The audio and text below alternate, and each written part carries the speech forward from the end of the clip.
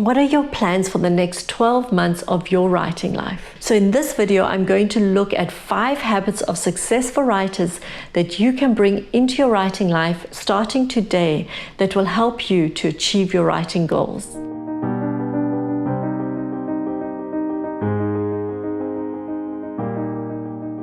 The first habit successful writers have is to have a regular writing routine. To make time in our lives to write. Let's do what Thriti Umrigar advises, the author of The Space Between Us. She says, find that time of the day when your creative juice flows the best. Now, for most writers, that's in the morning. Now, how early your morning starts depends entirely up to you and your lifestyle and your personality type. For some people, early in the morning is 5 o'clock. Ernest Hemingway said he liked to start writing before the first rays of light were up, so that by 11 o'clock, latest noon, his writing morning was over. So when does your day start? Are you a night owl, so your morning only starts at 11 o'clock?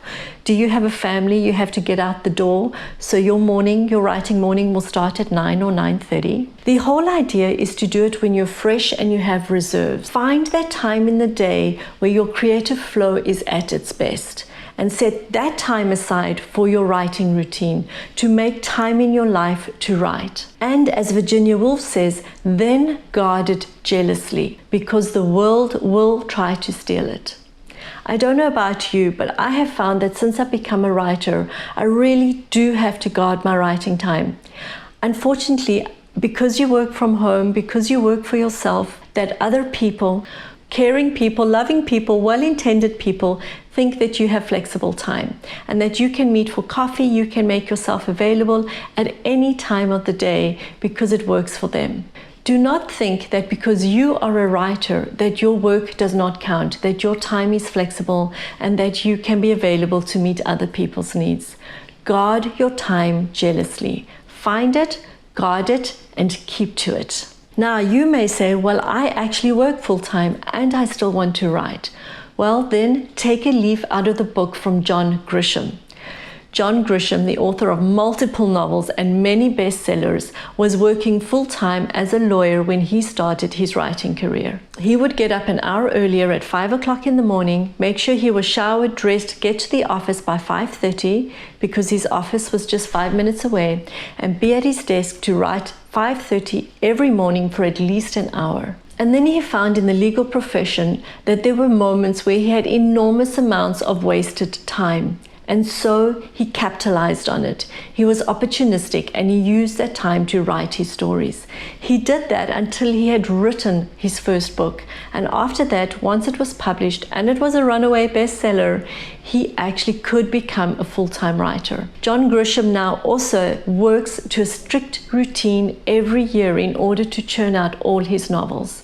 And so that's something we want to learn from successful writers, to have a writing routine. Find when do we write best and guard it jealously and turn up every single day. In order to have a successful writing routine, we need to look at habit number 2 of successful writers. And habit number 2 of successful writers is to have a designated writing space. What that writing space is and where it is again depends on you and your personality, your lifestyle.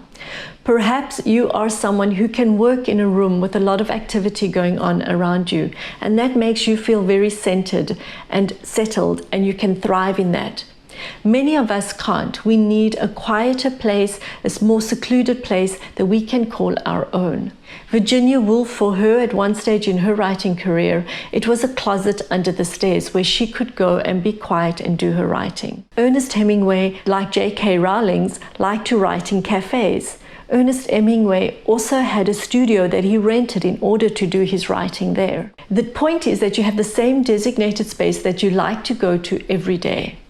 And the reason for this is so that we don't become distracted. I think one of the biggest challenges we have as writers is procrastination. And so having the regular place that you go to work removes distractions of having to first settle in, first find your groove. It's familiar, you know it, it's not distracting you, you're now going to sit down and work. It's a lot like Barack Obama. When he was president, he said he would wear the same color blue suit, white shirt, and a simple tie every day for work so that he wouldn't have to be distracted about trying to decide what to wear. It's the same thing with our writing space. It's the same thing with our writing routine. We turn up in the same place at the same time so we're not distracted, so we can keep our focus on our writing. So where is your designated writing space?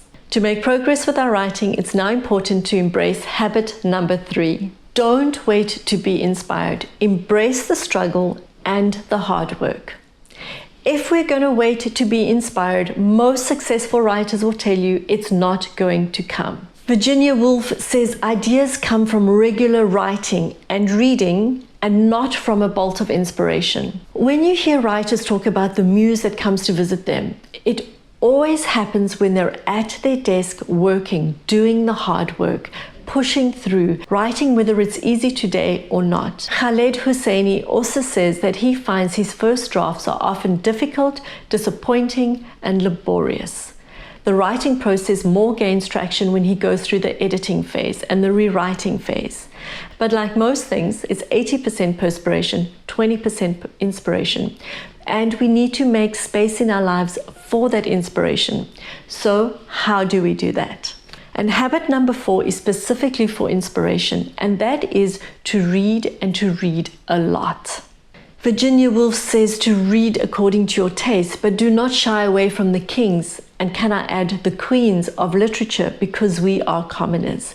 Read the classics. But also, as Ernest Hemingway says, read from anybody who has ever written. Or as Thriti Umbrigar says, read the cereal box, but read, you need to read. Reading will raise the standard and the quality of your writing. It is a given. Now, the 5th habit of successful writers helps with inspiration, and it helps with what Virginia Woolf calls having your mind in fine writing trim.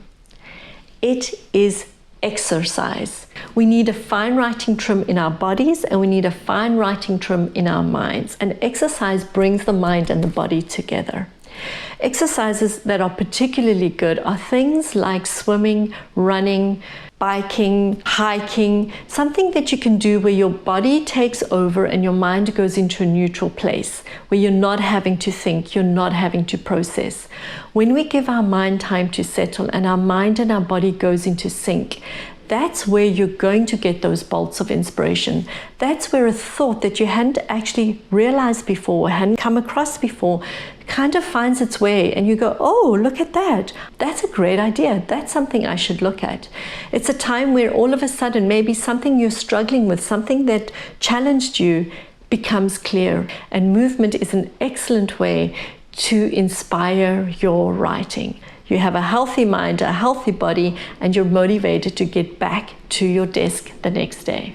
So those are 5 habits successful writers have that we can introduce into our writing life for the next 12 months and for the rest of our writing lives so that we can achieve our goals. What's it going to look like for you? I look forward to seeing you in my next video as we continue to look how to embrace the writing life, how to write our stories, and how to get our memoir out onto the page. I'll see you in the next video.